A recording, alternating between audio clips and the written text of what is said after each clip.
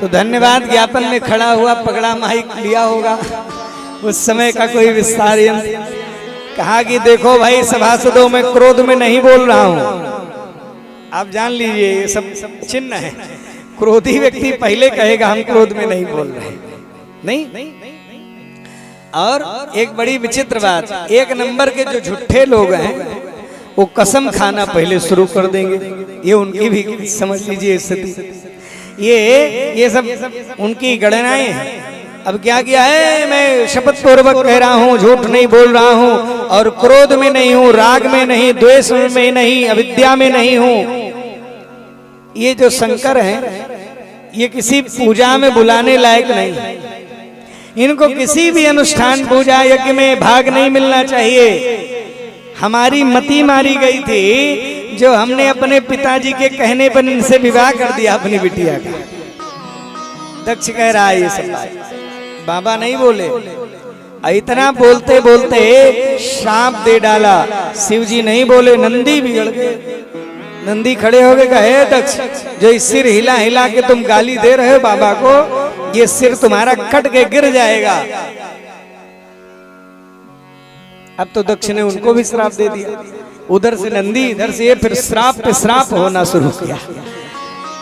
भोलेनाथ खड़े हुए, कहा ये तो सम्मान सभा से श्राप सभा हो गई। खड़े हुए और चले आए वहां से।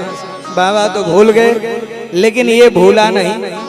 इसको जैसे पद मिला, थोड़े दिन बाद इसने यज्ञ का आयोजन किया। कुछ दिन बीत गया तो ये जो यज्ञ किया, उस यज्ञ में कई जगह अलग अलग नाम दिए गए हैं। भागवत में उसका नाम बृहस्पतिश्व यज्ञ है, कुछ जगह वाजपेय यज्ञ भी कहते हैं।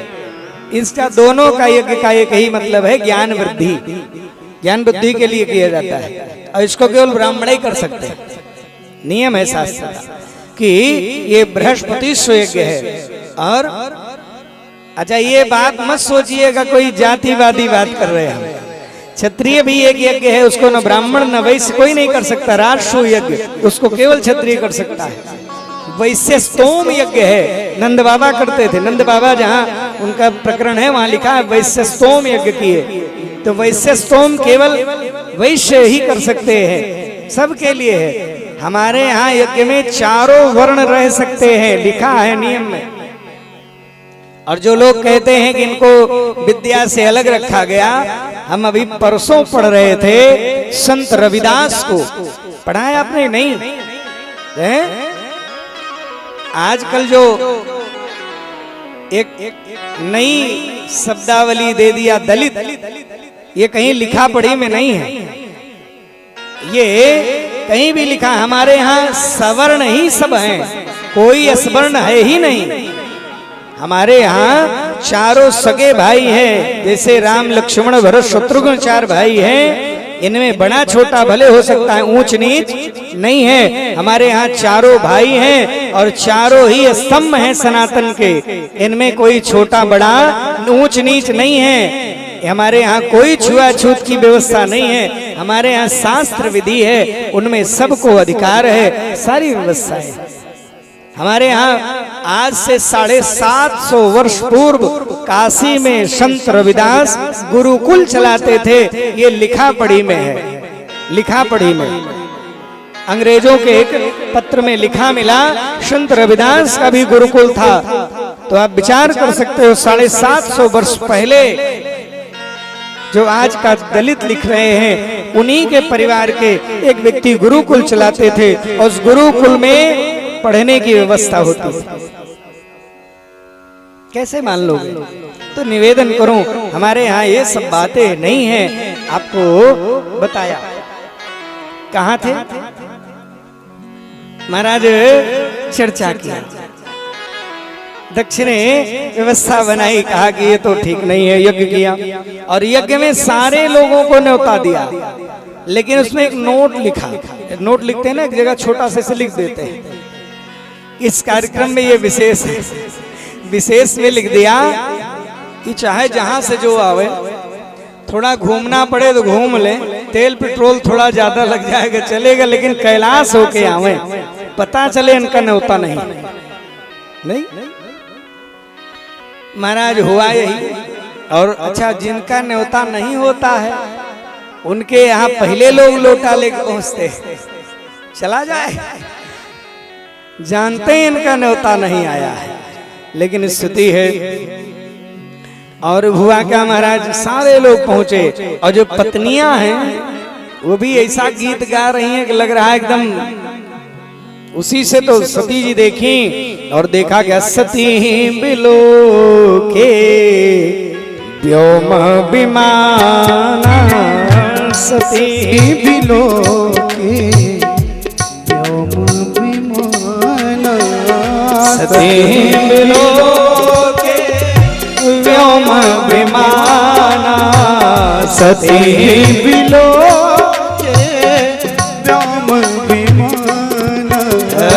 जात चले सुंदर विधाना,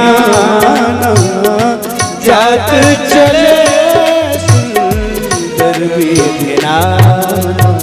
सब जा रहे हैं और जाते जाते उनकी दृष्टि पड़ गई वहां और देखा तो पूछा, यहाँ भागवत जी में तो नहीं लिखा लेकिन मानस में लिखा है कि यहाँ पूछा कहाँ जा रहे हैं नाथ ये, तो बाबा ने बताया।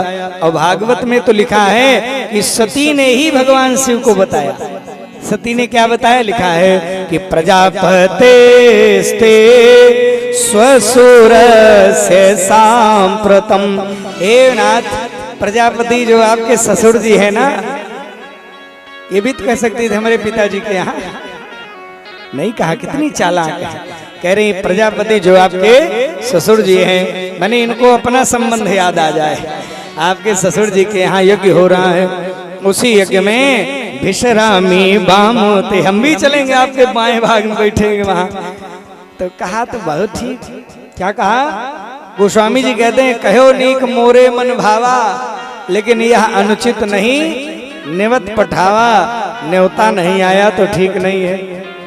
लेकिन सती माने दक्ष की बिटियां हैं तो चालाक तो है ही है, बुद्धिमान है, तो उन्होंने एक बात कही, कहा महाराज सुनिए, भले न्योता नहीं आया लेकिन कुछ जगह है जहां बिना न्योता के भी जाना चाहिए। कहाँ कहाँ, अनाहुताय त्यबिहन्ते बंधुषु, कहाँ कहाँ, भर्तुर्गुरो दे कृतस्य केतनम, पति के यहाँ बिना बुलाए भी जा सकते हैं, गुरु के यहाँ बिना बुलाए भी जा सकते हैं, और पति के यहाँ, पिता के यहाँ, इन सब जगह बिना बुलाए भी, यज्ञ में, भागवत में बिना बुलाए भी जाना चाहिए। तो कहा महाराज जाना चाहिए, लेकिन तदपि विरोध मान जा कोई, तदपि विरोध, जहाँ ये हो जाए कि पाड़े आई हैं तो तिवारी न खई हैं, नहीं,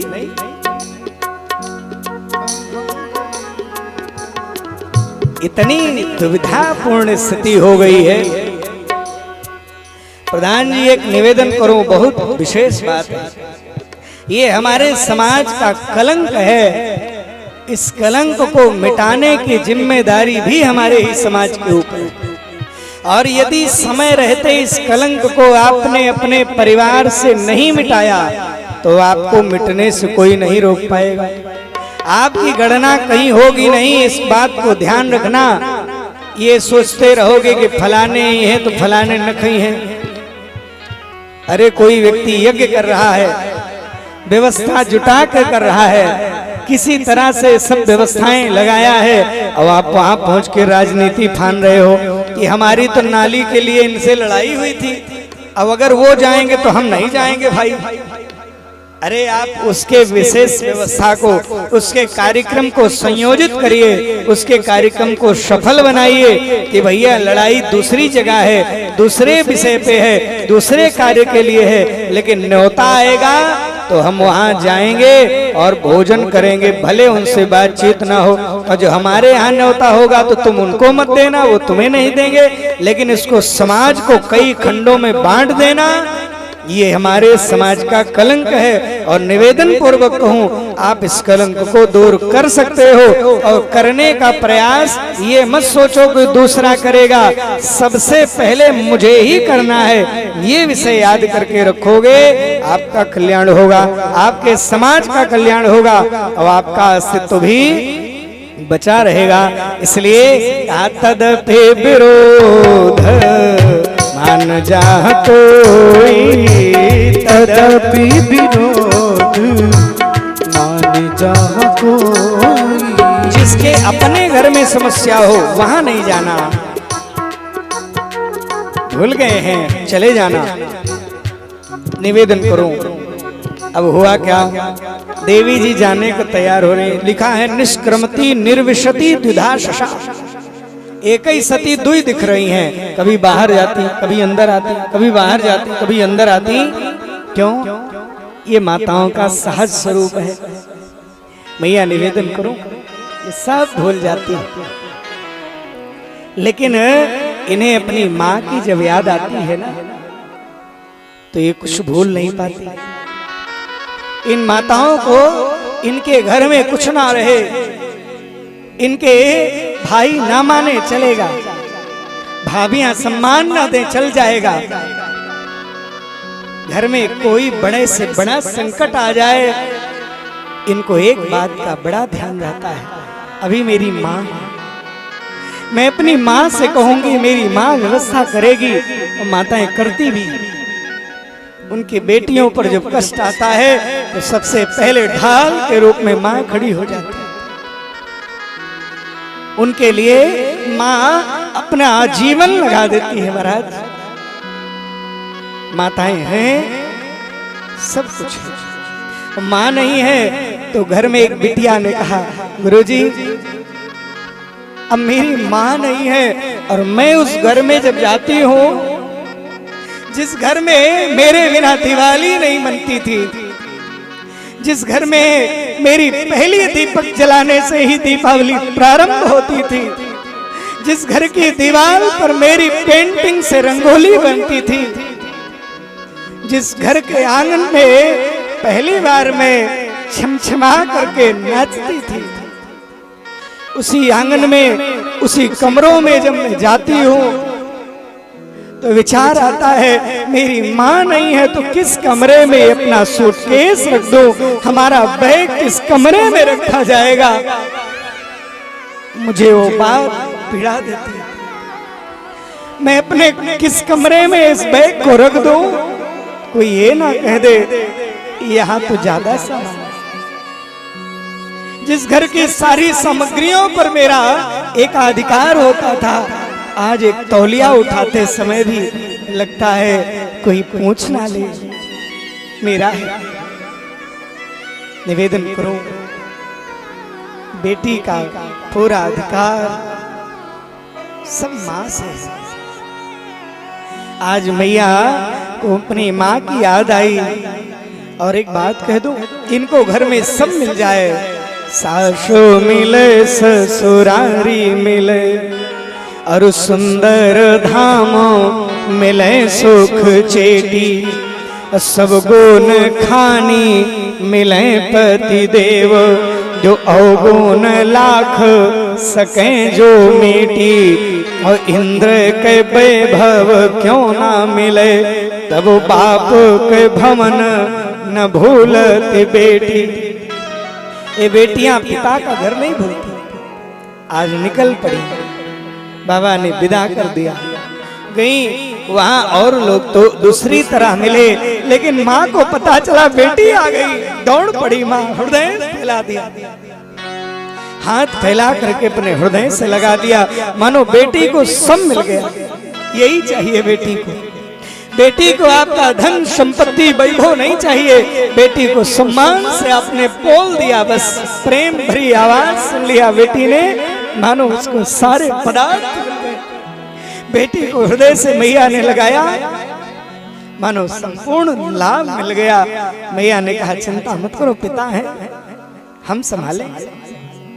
समझा करके आगे बढ़ी और वहां मिली, लेकिन जब यज्ञशाला की तरफ गई परिक्रमा करना शुरू किया और वहां देखा तो ईशान कोण में जो कलश था वहां तो शंकर जी का भाग ही नहीं है, शिव जी का भाग नहीं देखा। महाराज तब तो हृदय फट गया। तब चित चढ़े वो जो शंकर कहे तब चित चढ़े वो जो शंकर कहे तब चित चढ़े वो जो शंकर कहे तब चित चढ़े वो जो शंकर कहे पति अपमान हृदय प्रति अपमान हृदय। महाराज पिताजी से कहा, पिताजी आपने शिव जी को नहीं बुलाया? कहा बिटिया तुम्हें भी तो नहीं बुलाया था। ये सुन करके बिटिया को बहुत दुख हुआ। कहा कि बिना शिव के तो यज्ञ पूरा ही नहीं हो सकता। शिवम कल्याणम, जिस यज्ञ की भावना कल्याण होगी वो यज्ञ पूर्ण होगा। जिस यज्ञ की भावना ऐश्वर्य प्रदर्शन होगा, जिस यज्ञ की भावना दूसरे को नीचा दिखाना होगा, जिस यज्ञ की भावना अहंकार प्रदर्शन होगा, वो यज्ञ का न फल मिलेगा न यज्ञ पूरा ही होगा। श्राप मानो दे दिया और कहा कि आज मुझे बड़ी पीड़ा हो रही है कि मैं आपकी बेटी हूं। आज के बाद लोग जब कहेंगे दक्ष की बिटिया दाक्षायणी जा रही है तो मुझे पीड़ा होगी, इसलिए शरीर को त्याग देना उचित है। और पिताजी यज्ञ पूरा नहीं होगा और शरीर को त्यागने लगे। और क्या हुआ, जैसे योगाग्नि को प्रकट किया यज्ञ नारायण प्रकट हो गए। कहा देवी मांग लो, तुम्हारी शिव में अविचल भक्ति है, मांगो क्या चाहती हो। क्या मांगा होगा? 87,000 वर्ष बाबा बात नहीं किए थे, लेकिन सती ही मरत हरि सन बर मांगा, सती ही मरत हरि सन बर मांगा, सती ही मरत हरि सन बर मांगा, सती ही मरत हरि सन बर मांगा, जन्म जन्म पद अनुरागा, जन्म जन्म शिव पद अनुरागा। कहा कि जन्म जन्म के लिए शिव पद मिले और धो धो करके शरीर जल गया। नंदी देखे अरे राम राम, उधम मचाना माने सब तोड़ फोड़। तुरंत भृगु जी ने यज्ञ रक्षकों को प्रकट कर दिया और सैकड़ों यज्ञ रक्षक प्रकट करके मार के भगा दिए। ये बात जब शिव जी को नारद जी से पता चली, नारद जी पहुंच गए। भवो भवान्याम निधनम प्रजापते। कौन पहुंचा? रसत्रेताया अवगम्य नारदात। नारद जी पहुंचे और जैसे सूचना दिया जल पड़े महाराज। शिव जी क्रोधाग्नि में उद्विग्न हो गए और उखाड़ा पाल पटक दिया। वीरभद्र प्रकट हो गए। कहा जाओ दक्ष के सहित यज्ञ नष्ट कर दो, और यदि तुमने दक्ष के सहित यज्ञ नष्ट कर दिया तो तुम्हें मैं अपनी सेना में आगे बना दूंगा, अपना मुख्य गण बना दूंगा। चले वहां से, मानो आंधी आ रही, इतना भयंकर घोर हुआ, सब उड़ जाएगा। महाराज पहुंचे हैं, सारे देवता मारे भागे गए।